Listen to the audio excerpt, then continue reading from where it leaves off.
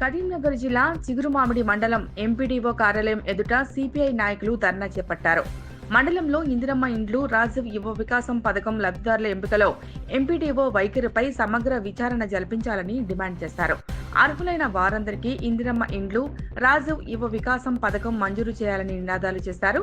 ఇందిరమ్మ ఇండ్ల మంజూరులో అవకతవకలకు పాల్పడ్డ ఎంపీడీఓపై ఉన్నత అధికారులు చర్యలు తీసుకోవాలని నిరసన తెలిపారు.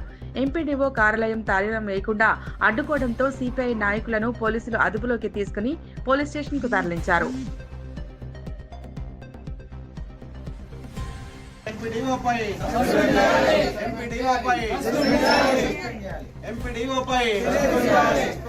ఇందిరమ్మ ఇండ్లు, రాజీవ్ యువ వికాసం పథకం అవినీతికి పాల్పడ్డ ఎంపీడీఓపై